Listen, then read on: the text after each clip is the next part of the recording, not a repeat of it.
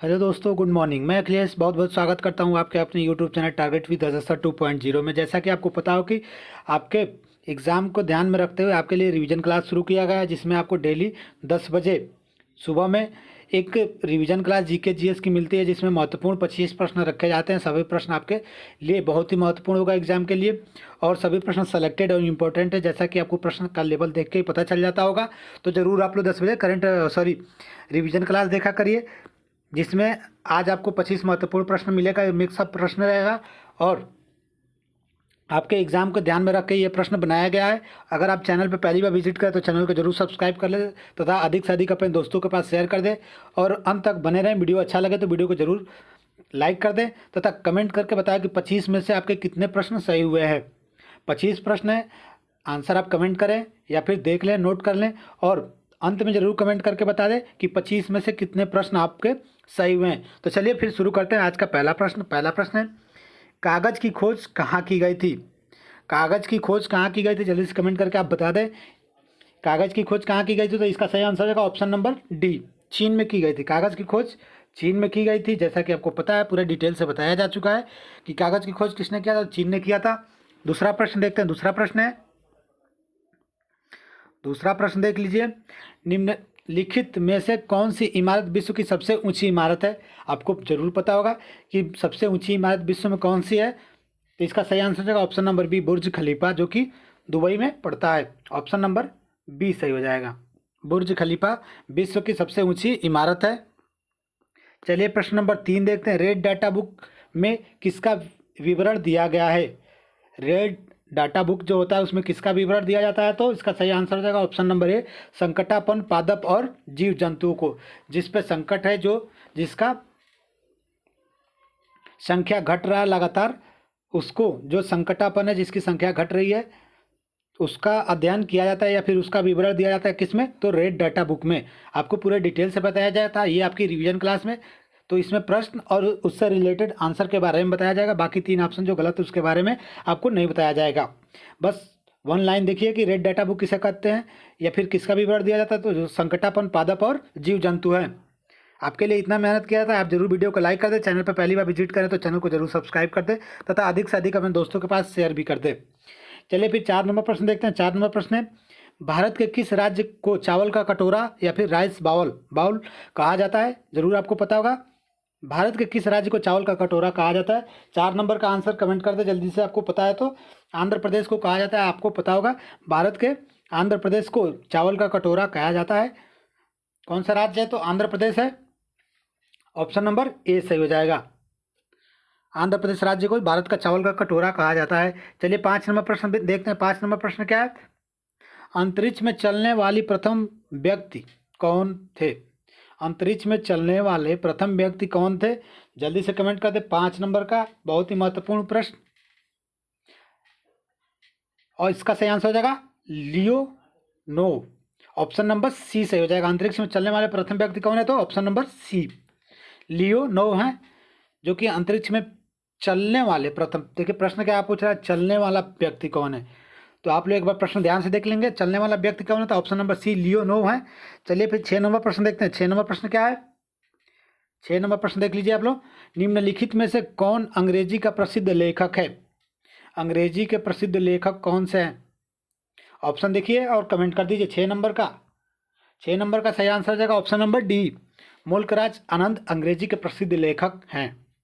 मुल्कराज आनंद अंग्रेजी के प्रसिद्ध लेखक है। ऑप्शन नंबर डी सही हो जाएगा। चलिए फिर अगला प्रश्न देखते हैं। अगला प्रश्न क्या है? 7 नंबर प्रश्न।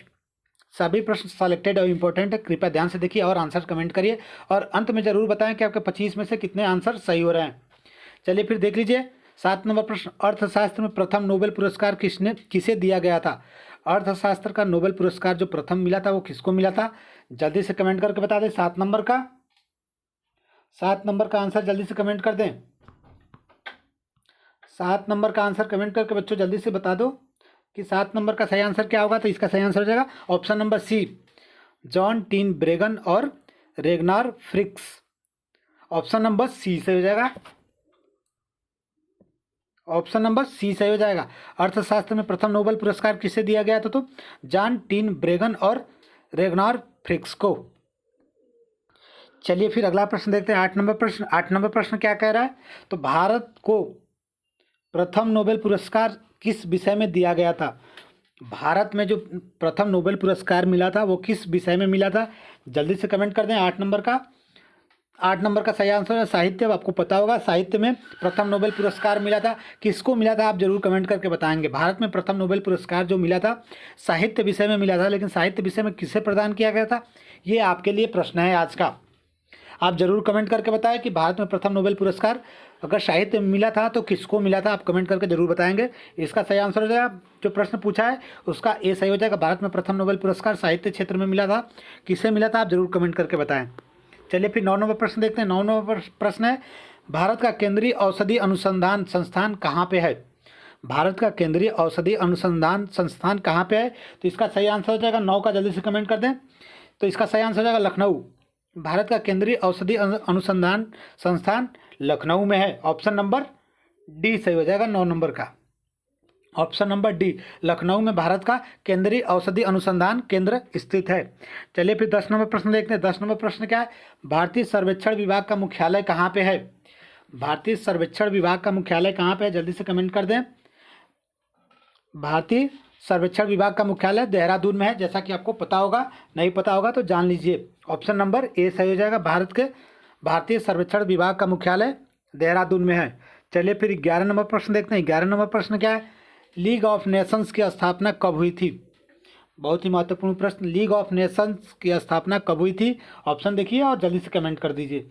11 नंबर का आंसर जल्दी से कमेंट कर दीजिए।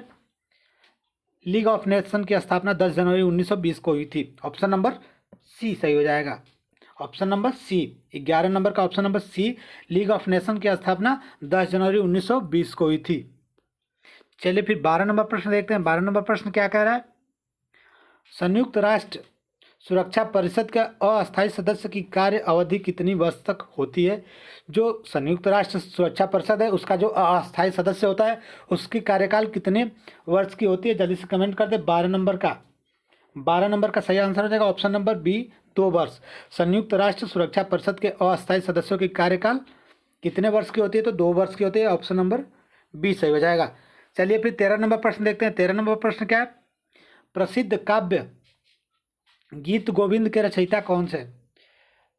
प्रसिद्ध काव्य जो गीत गोविंद है उसके रचयिता कौन है? जल्दी से कमेंट कर दें। गोविंद के रचयिता कौन है? जयदेव है। ऑप्शन नंबर बी से हो जाएगा। प्रसिद्ध काव्य गीत गोविंद है उसके रचयिता जयदेव हैं। एक बार देख लीजिए, जयदेव। ऑप्शन नंबर बी सही होगा। प्रसिद्ध काव्य जो है गीत गोविंद उसके रचयिता जयदेव हैं। चलिए फिर 14 नंबर प्रश्न देखते हैं। 14 नंबर प्रश्न क्या है? पुस्तक द जिग जैग वे किसने लिखी है? एक पुस्तक है जिसका नाम क्या है? तो जिग जैग वे, इसको किसने लिखा है? तो इसका सही आंसर हो जाए 14 नंबर का। जल्दी से आप कमेंट करके बता दें, आपके पास 5 सेकंड का समय है। प्रसिद्ध पुस्तक द जिग जैग वे किसने लिखा है? तो इसका सही आंसर हो जाएगा option number A, Anita Desai ने लिखा है।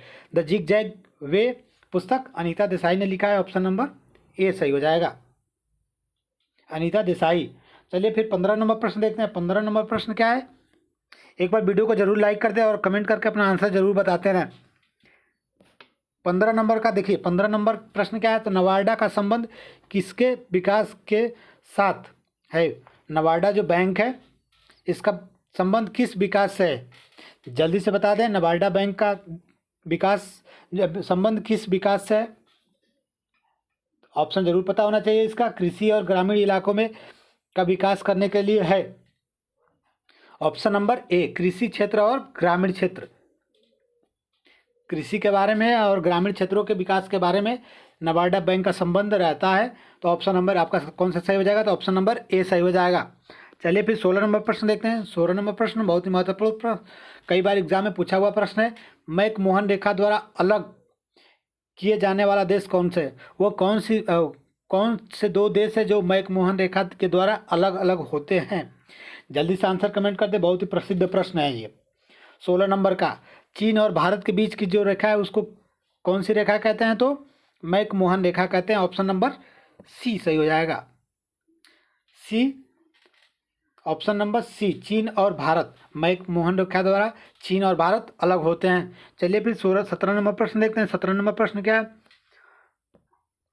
17 नंबर प्रश्न है, भाभा परमाणु अनुसंधान केंद्र स्थित है। कहाँ पे स्थित है? भाभा परमाणु अनुसंधान केंद्र। 17 नंबर का आंसर जल्दी से कमेंट कर दें। 17 नंबर का क्या आंसर होगा? भाभा परमाणु अनुसंधान केंद्र मुंबई में स्थित है। ऑप्शन नंबर बी सही हो जाएगा। Option number B Mumbai. Bhabha परमाणु अनुसंधान केंद्र मुंबई में स्थित है। चलिए फिर 18 नंबर प्रश्न देखते हैं। 18 नंबर प्रश्न क्या है? भारत में सबसे ऊंचा जलप्रपात कौन सा है? भारत में सबसे ऊंचा जलप्रपात कौन सा है?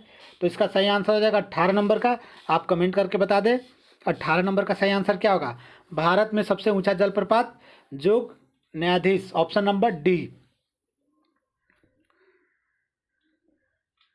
जोग जलप्रपात जो है वो है। कहाँ पे स्थित है आप जरूर कमेंट करके बता दें। भारत का सबसे ऊंचा जलप्रपात कहाँ पे स्थित है? इसका नाम क्या है? तो जोग न्यायाधीश या फिर जोग जलप्रपात के नाम से जाना जाता है। कहाँ पे स्थित है आप जरूर कमेंट करके बताएं। अंत तक अगर बने रहेंगे तो जरूर आंसर आप कमेंट करके बताएंगे। कौन कौन अंत तक बना रहता है आंसर देखने से ही पता चल जाता है कि कौन अंत तक क्लास देखा है कौन नहीं देखा है। एमपी वालों के लिए तो बहुत ही महत्वपूर्ण है, एमपी वाले बच्चे अंत तक जरूर बने रहें। चलिए फिर 19 नंबर प्रश्न देखते हैं। 19 नंबर प्रश्न क्या है? एमपी वालों का तो एग्ज़ाम है 24 या 26 मार्च को। रिवीजन क्लास उसके लिए तो बहुत महत्वपूर्ण है, तो एमपी वाले बच्चे काफ़ी ध्यान से देखेंगे, उनके लिए बहुत ही महत्वपूर्ण प्रश्न है। जल्दी आपके लिए करेंट का जो 6 महीने का क्लास है वो आपके सामने रखा जाएगा, उस पर भी काम चल रहा है। चलिए फिर देखिए 19 नंबर प्रश्न क्या कह रहा है। 19 नंबर प्रश्न है, भारतीय उच्चतम न्यायालय के न्यायाधीशों की नियुक्ति कौन करता है? भारत के जो सुप्रीम कोर्ट है उसके न्यायाधीशों की नियुक्ति कौन करता है? 19 नंबर का आंसर जल्दी से कमेंट कर दें। सुप्रीम कोर्ट के न्यायाधीशों की नियुक्ति कौन करता है? तो राष्ट्रपति करता है। ऑप्शन नंबर ए सही हो जाएगा। चलिए फिर अगला प्रश्न देखते हैं। अगला प्रश्न क्या है? 20 नंबर 20 नंबर प्रश्न देख लीजिए। सर्वोच्च न्यायालय के न्यायाधीशों की आयु किस आयु में सेवानिवृत्त मतलब रिटायर्ड होते हैं? सर्वोच्च न्यायालय के न्यायाधीश जो होते हैं किस वर्ष में कितने वर्ष की आयु में रिटायर होते हैं? 20 नंबर का आंसर जल्दी से कमेंट कर दें। सर्वोच्च न्यायालय के न्यायाधीशों की किस आयु में सेवानिवृत्त या फिर रिटायर्ड होते हैं? तो 65 वर्ष। ऑप्शन नंबर डी सही हो जाएगा। ऑप्शन नंबर डी सर्वोच्च न्यायालय के न्यायाधीशों की 65 वर्ष की आयु में सेवानिवृत्त होते हैं। ऑप्शन नंबर डी देख लीजिए। फिर चलते हैं 21 नंबर प्रश्न की तरफ। 21 नंबर प्रश्न है, भारतीय राष्ट्रीय कांग्रेस की पहला महिला अध्यक्ष कौन थी? जरूर पता होगा भारतीय राष्ट्रीय कांग्रेस की पहली महिला अध्यक्ष कौन थी? तो इसका सही आंसर हो जाएगा Annie Besant. Option number C. Option number C Annie Besant भारतीय राष्ट्रीय कांग्रेस की पहली महिला अध्यक्ष थी। चलिए फिर 22 नंबर प्रश्न देखते हैं। 22 नंबर प्रश्न क्या है? बाल पाल तथा लाल अत्यंत प्रमुख नेता थे किस पार्टी के? जल्दी से कमेंट कर दे। बाल पाल और लाल किस पार्टी के नेता थे? तो कांग्रेस पार्टी के थे। ऑप्शन नंबर डी सही हो जाएगा। बाल पाल और लाल का संबंध किनसे है? अगर आंसर पता है तो जरूर कमेंट करके बता दें कि बाल पाल और लाल किससे संबंधित है, किन नेताओं से संबंधित हैं। कौन कौन से वो 3 नेता हैं जिनके नाम पे बाल पाल और लाल रखा गया है और किस पार्टी से संबंधित है? तो ऑप्शन नंबर आपका डी सही हो जाएगा, कांग्रेस पार्टी से संबंधित थे। चलिए फिर 23 नंबर प्रश्न देखते हैं। 23 नंबर प्रश्न क्या है? तो निम्नलिखित में से कौन आज़ाद हिंद फौज का संस्थापक था? आज़ाद हिंद फौज के संस्थापक कौन थे? इसका आंसर तो मतलब किसी को रुकना नहीं चाहिए, जरूर पता होना चाहिए। आज़ाद हिंद फौज की स्थापना या फिर संस्थापक कौन थे? तो सुभाष चंद्र बोस थे, आपको पता होगा। ऑप्शन नंबर ए सही हो जाएगा। Option number A Azad Hind फौज के संस्थापक सुभाष चंद्र बोस थे। चलिए 24 नंबर प्रश्न देखते हैं। इब्न बतूता किसके शासनकाल में भारत आया था? इब्न बतूता किसके शासन में भारत आया था? तो मोहम्मद बिन तुगलक। ऑप्शन नंबर सी सही हो जाएगा। इब्न बतूता मोहम्मद बिन तुगलक के शासनकाल में भारत आया था। ऑप्शन नंबर सी सही हो जाएगा। 24 नंबर का answer number option number C. चलिए फिर 25 नंबर प्रश्न देखते हैं। 25 नंबर प्रश्न क्या है? लोधी वंश का संस्थापक कौन था? जल्दी से कमेंट करके बता दें। इंपॉर्टेंट प्रश्न, लोधी वंश का संस्थापक कौन था? 25 नंबर का आंसर जल्दी से कमेंट कर दें। लोधी वंश का संस्थापक बहलोल लोधी था। ऑप्शन नंबर सी से हो जाएगा। बहलोल लोधी। लोधी वंश का संस्थापक बालो लोधी था। ऑप्शन नंबर सी सही हो जाएगा। तो ये थे जीके जीएस से रिलेटेड महत्वपूर्ण 25 प्रश्न। उम्मीद करते हैं प्रश्न अच्छे लगे होंगे। प्रश्न अच्छे लगे तो जरूर वीडियो को लाइक कर दें। चैनल पर पहली बार विजिट करें तो चैनल को जरूर सब्सक्राइब कर दें तथा अधिक से अधिक अपने दोस्तों के पास शेयर कर दें और कमेंट करके बता दें कि 25 में से आपके कितने आंसर सही हुए हैं। ज़रूर आप लोग कमेंट करके बता दें। और 3 प्रश्न आपसे पूछा गया है इसमें कि बाल पाल और लाल का संबंध किससे है। और इसके बाद से एक और प्रश्न पूछा गया था कि सबसे ऊंचा जलप्रपात कहाँ पे स्थित है, जो कि जोग जलप्रपात है, किस राज्य में स्थित है। आप जरूर कमेंट करके बता देंगे। और इसके बाद से एक और प्रश्न पूछा गया था आपको, उसका आंसर जरूर कमेंट करके आप लोग बताएंगे। हाँ, भारत में नोबेल पुरस्कार जो साहित्य के क्षेत्र में मिला था वो किसे मिला था, आप जरूर कमेंट करके बताएं कि साहित्य का नोबेल किसे मिला था। सबसे ऊंचा जलप्रपात किस राज्य में स्थित है और बाल पाल लाल का संबंध किन तीनों नेताओं से है। जो राष्ट्रीय कांग्रेस के नेता थे वो कौन कौन से नेता थे जिनके नाम पे बाल पाल और लाल रखा गया। चलिए फिर मिलते हैं अगले क्लास में। शाम को 4 बजे आपकी हिंदी की लाइव क्लास होगी जिसमें संधि से संबंधित महत्वपूर्ण प्रश्न चल रहे हैं, आप जरूर देखें उसको। चलिए फिर thank you for watching. Thank you.